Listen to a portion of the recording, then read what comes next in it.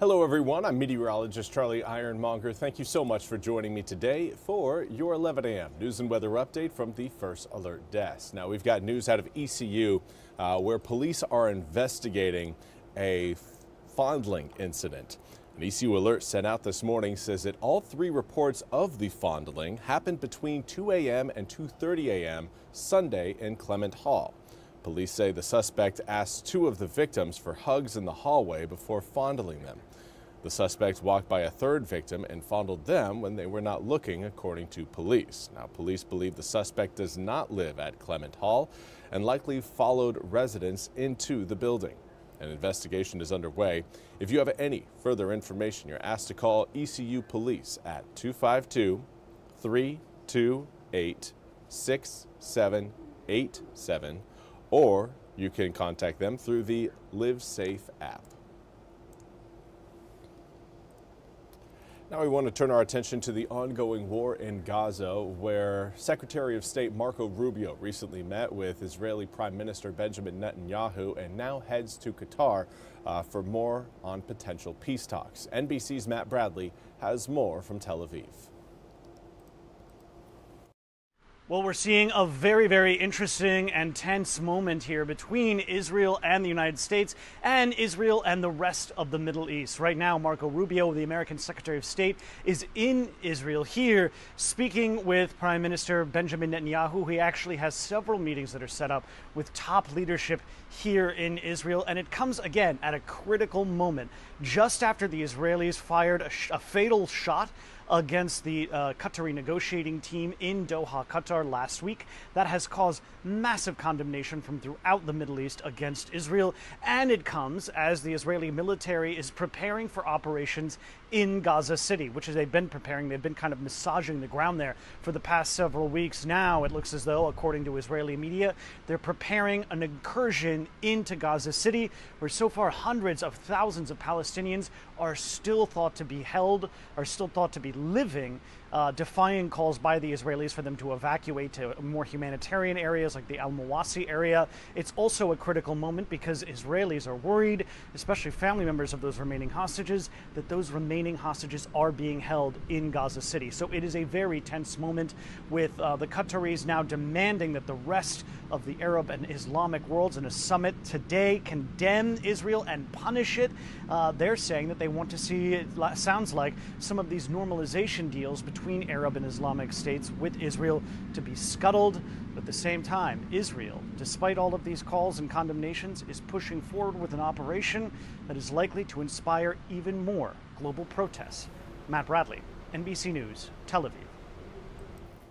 Thank you very much, Matt, for that report. We now turn to your weather forecast. It's going to be a gray and wet day today, especially if you're living on the eastern side of Highway 17. That's where most of the rainfall is going to be coming down along and east of 17, but even areas west of 17 have seen some rain showers so far today.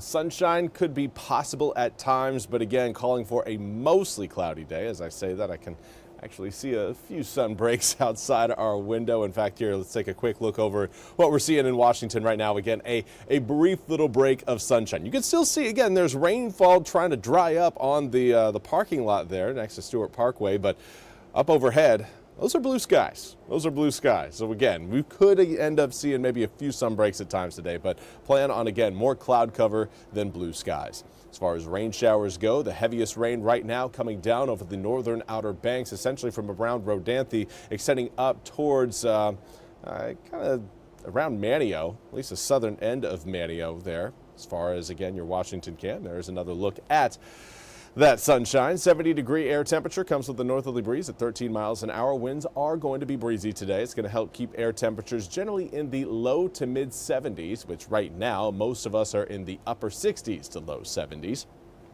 Winds blowing in right now at around 7 to 15 miles an hour for many areas along and west of Highway 17. But as you get east of 17, you're seeing a little bit more in terms of some of those higher wind rates. 18 mile per hour sustained wind in Manteo. We've got 16 in Elizabeth City as well as Stumpy Point, 15 in Hatteras, 14 in Edenton. It is windy out there, and coming up for this afternoon, it's really not going to change all that much. We are going to be seeing air temperatures hold in the low 70s, possibly mid 70s for some, but again, most of us right around that 70-degree mark. Later on in the evening, those air temperatures will start to come down, upper 60s by 6, mid 60s by 9, and will hold a northerly wind at around 10 to 15 miles an hour overnight tonight into tomorrow morning. And winds will gradually start to shift a little bit more west-northwesterly through the middle of tomorrow, but maintaining a fairly significant wind speed. 10, 15 mile an hour sustained winds. That means gusts could reach upwards around 20, 25 miles an hour. Certainly not enough to really impact your forecast as far as we're not looking at any sort of power outages, nothing like that. But again, will help keep that cooler air flowing over the area. Coming up for tomorrow, we're likely going to be staying in the 60s. Here's a look at what we're anticipating as far as your weather forecast goes. Models continue to indicate, again, just a very soggy day on the eastern side of Highway 17. That will carry over into tonight and into tomorrow morning. Some of those heavier showers, again, kind of just meander around the Pamlico and Albemarle Sounds, impacting, again, areas that suffer from poor drainage. That's where we could end up seeing some of the bigger impacts out of this system. The worse your drainage is, the harder it's going to be to get rid of that rainfall that comes down.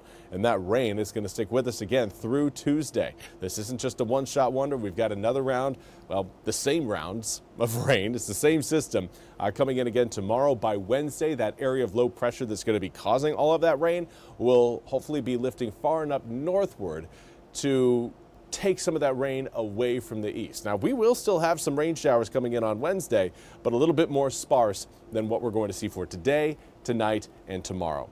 We do need to talk about the tropics. We've got our eyes on an area of low pressure that over the next 48 hours has a 40% chance of tropical development. Over the next 7 days, though, that chance goes up to an 80% chance of development. Now, regardless of, again, whether or not it gains a name, the overall track of this system is encouraging for us, as it does look like it'll reach that Bermuda high and curl out either towards Bermuda or off to the east of Bermuda, keeping it at least 500 miles off of our coast in what could be considered the worst case scenario. Now, of course, that assumes that that system, again, will be impacted by that Bermuda high. Right now, we don't really see anything that would point to a different solution. 80% chance of rain coming up for today, 90% tomorrow, and then we drop those rain chances down to about a 40% chance on Wednesday, 20% on Thursday. Now, we do have a first alert weather day in effect for tonight and tomorrow because of those rain showers and the fact that we could see some isolated flooding across areas with poor drainage, specifically areas, again, east of Highway 17. After that, though, we'll gradually start to see those rain showers taper off. Dry by Friday and Saturday for the ECU game, looking very nice. However, we will have some rain showers rolling in later Saturday evening, again, giving us that slim but present 20% chance of rain. That's all we have time for today's 11 a.m. news and weather update from the First Alert Desk. I want to thank you all so much for joining me.